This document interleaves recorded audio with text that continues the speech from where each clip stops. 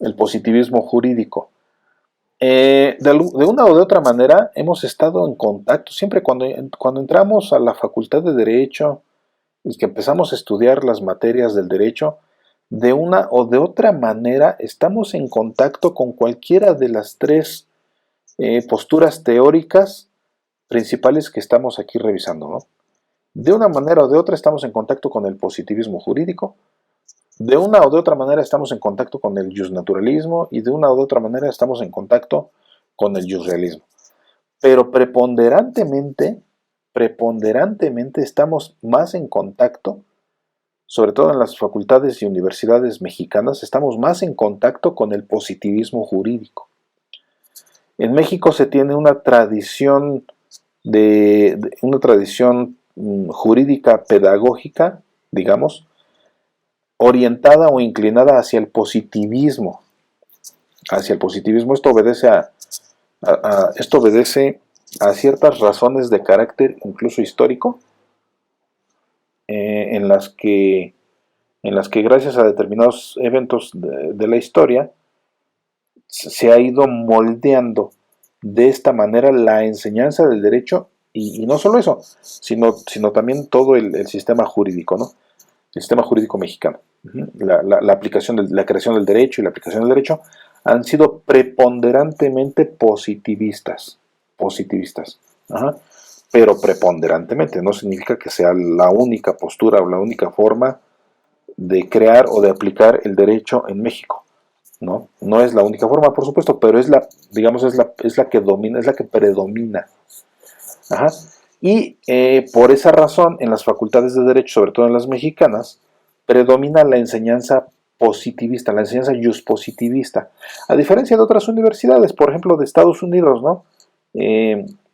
Y siempre me gusta poner el ejemplo de Estados Unidos, no solamente cuando quiero tematizar cuestiones metodológicas o de investigación, sino en algunas de mis otras clases que imparto, por ejemplo, en teoría constitucional, que es una de las clases que imparto también.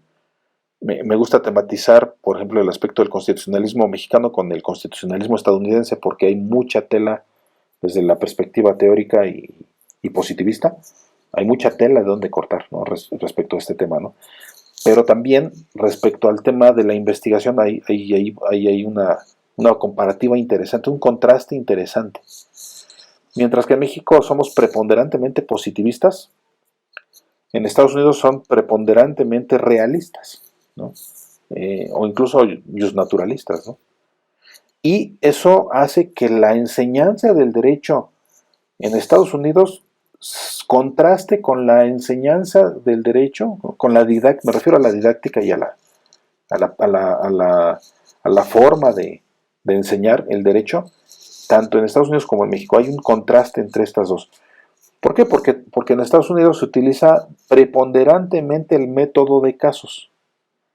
El método de casos. Ajá. Y en México, por el contrario, se utiliza preponderantemente el método positivista, el método juspositivista, preponderantemente. En México sí utilizamos el método de casos, pero lo utilizamos de manera excepcional. Ajá. Mientras que en Estados Unidos, por ejemplo, que es el ejemplo que les estoy dando, el método de casos se utiliza de manera preponderante y el juspositivismo se utiliza de manera excepcional, ¿no? Esto, bueno, obedece, repito, a situaciones y circunstancias de carácter histórico que llevaron a moldear el sistema jurídico de estos dos países respectivamente, ¿no? Que son sistemas jurídicos un tanto diferentes, ¿no? El anglosajón con el romano, que es el sistema jurídico del que depende o del que se desprende el mexicano, que es el sistema jurídico romano, a diferencia del estadounidense, que es el sistema jurídico anglosajón, ¿no? Que son dos sistemas jurídicos que tienen diferencias drásticas, ¿no? Que coinciden en muchas cosas, pero tienen diferencias importantes. Entonces, por eso el positivismo jurídico es una postura con la que hemos estado teniendo más contacto nosotros en la facultad, cuando entramos a estudiar, cuando somos estudiantes que ingresamos a la facultad, que empezamos a estudiar y que vamos avanzando en los diferentes semestres o periodos de la carrera, de la licenciatura en Derecho, De una u otra manera tenemos contacto con muchas teorías, como lo dije hace un rato, pero preponderantemente tenemos más contacto con el positivismo jurídico, ¿no? Más contacto.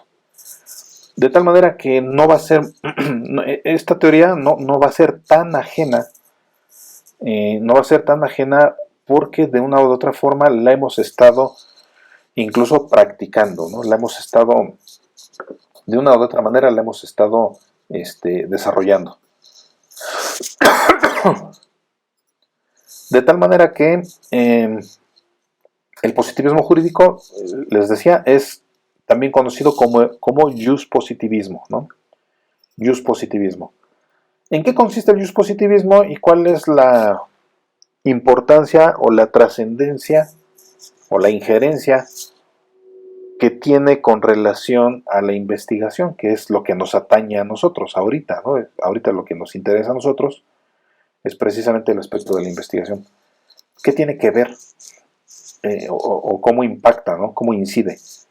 Ahorita lo vamos a ver. Entonces, el positivismo, ¿qué es el positivismo? Primero es un conjunto de normas.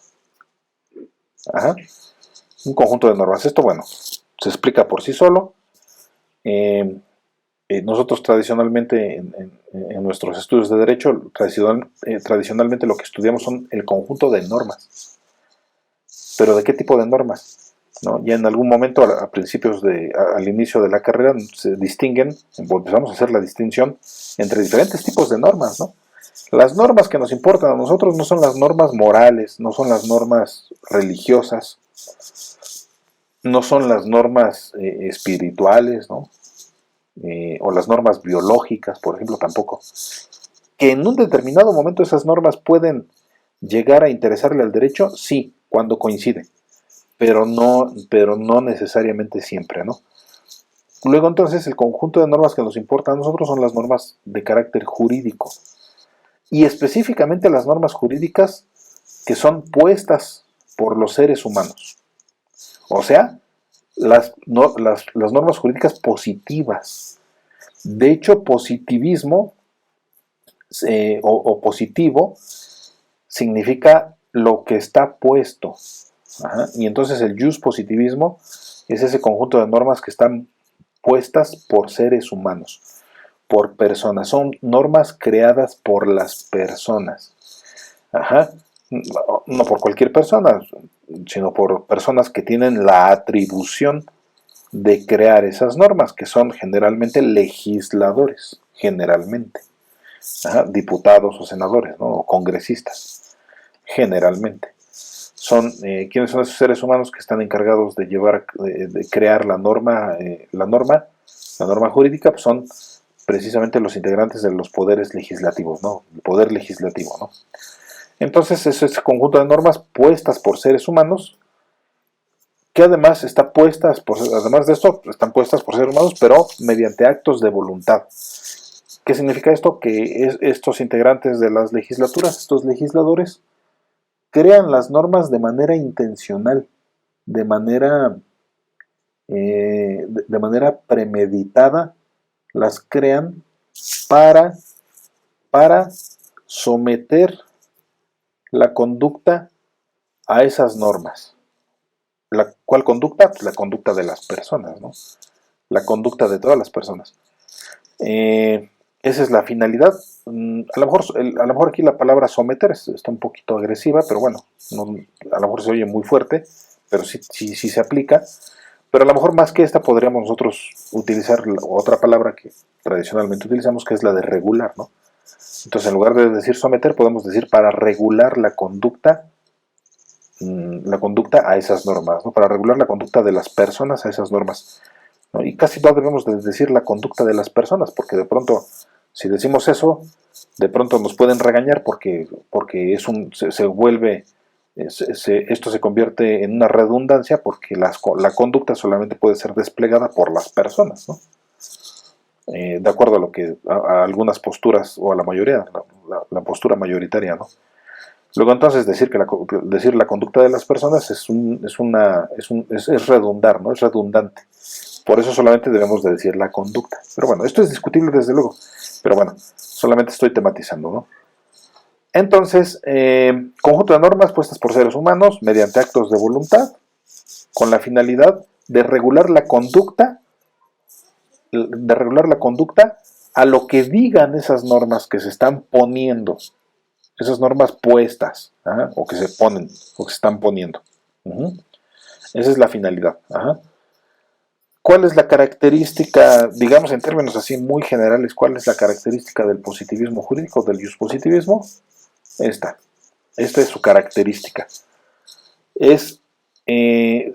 Su característica es que tiene validez extrínseca. Validez extrínseca. ¿Qué significa esto? Que la validez de la norma está fuera de la propia norma. O sea, está en un acto de las personas que la crean. Está en un acto o en una voluntad de las personas que la ponen, esa norma, que la ponen, que la crean, que la legislan, ¿no? Que la redactan. Su validez depende de ese proceso estatal por el cual se producen las normas. El positivismo jurídico, entonces, positivismo, conocido también como positivismo, es ese conjunto de normas puestas por seres humanos, que son los legisladores, mediante actos de voluntad, para someter o para regular la conducta a lo que digan esas normas, y esto produce una validez extrínseca, lo que significa que son válidas esas normas no por su contenido, no por su significado, no por su contenido y por su significado, sino porque las sostienen o están sostenidas gracias a la decisión de esas personas que las ponen, o sea, de los legisladores que las legislan, que las crean. Y esto nos hace alusión o nos refiere inevitablemente a un conjunto de pasos y de procedimientos estatales, regulados en la norma para poder crear la norma. Es una norma que se crea gracias al procedimiento establecido en otra norma. Es una norma creada gracias a otra norma y gracias a la voluntad de las personas que esa otra norma les da la atribución para poder crear las nuevas normas. Estamos hablando, ¿qué cosa es esto? Ustedes seguramente ya lo estarán pensando.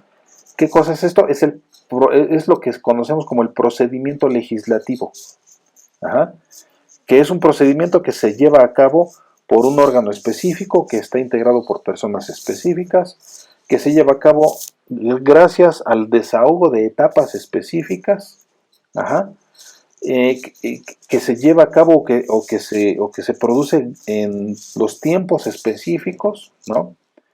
Y que a final de cuentas, respetando o cumpliendo con todos estos procedimientos y todas estas directrices y lineamientos, de forma, al final obtenemos una norma. Fíjense cómo utilicé la palabra forma. ¿Por qué? Porque el positivismo también tiene que ver con eso, tiene que ver con lo formal, y tiene que ver con el órgano estatal, y tiene que ver con el funcionario que tiene las atribuciones para llevar a cabo la creación de la norma, con él o con los funcionarios, ¿no? Que son los legisladores o los diputados, ¿no? A través de ese procedimiento, que es un procedimiento formal. Entonces el positivismo jurídico tiene que ver con todo eso, con esa formalidad, con ese órgano estatal, con ese procedimiento, ¿no? Que se lleva a cabo, y el producto es una ley, un código, tal vez una constitución, un cuerpo normativo, etcétera. Ese producto que es ya un producto del órgano estatal, ese producto contiene un conjunto de normas que ahora sí son las normas que se ponen en vigencia y que las personas debemos obedecer, debemos acatar, y que se ponen en vigencia. ¿Y cuáles esas normas? ¿Por qué tienen validez? Porque fueron producidas bajo los parámetros establecidos en otras normas, ¿no? En otras normas. De tal manera que en términos generales este es el positivismo jurídico. ¿Qué impacto tiene o qué importancia tiene para la investigación? Precisamente la importancia está, o el impacto, la incidencia con la investigación, está precisamente en que cuando ustedes lleven a cabo investigación y que ustedes se apoyen en el positivismo jurídico, ustedes tienen que tomar en cuenta que su objeto de investigación, que ya lo están perfeccionando muchos de ustedes, su objeto de investigación debe de ser visto, debe de ser analizado, debe de ser procesado con base específicamente a todo esto que les estoy comentando, que son las características del positivismo jurídico, con base en todo esto. Si ustedes son investigadores positivistas, tienen que adoptar estas posturas, ¿no? Y por eso el que se apoya, o el seguidor de esta teoría, o el que se apoya en esta teoría, que es un positivista, ¿no? o un jus positivista, también se le conoce como un dogmático, ¿no? Como un jurista dogmático. ¿Por qué? Porque es un profesionista que solamente hace caso, o solamente respeta lo establecido en la norma. Solamente eso. Solamente respeta lo establecido en la norma, aunque esa norma sea injusta, por ejemplo, ¿no? Aunque sea injusta. Solamente respeta esa norma. Entonces, de pronto, repito, nuestra tradición jurídica mexicana es más preponderantemente positivista, y también la enseñanza en las universidades mexicanas es preponderantemente positivista, lo cual trae como producto que los profesionistas seamos preponderantemente positivistas, ¿no? Cuando somos profesionistas, de pronto adoptamos la postura de que la ley es la ley, y si lo dice la ley, pues hay que acatarlo, y si no lo dice la ley, pues con la pena, ¿no? Y entonces de pronto nos estamos remitiendo todo el tiempo a lo que dice la ley, ¿no? Esta es una postura positivista, ¿no? Positivista, positivista, ¿no? Y es importante para la investigación en este sentido que les acabo de comentar.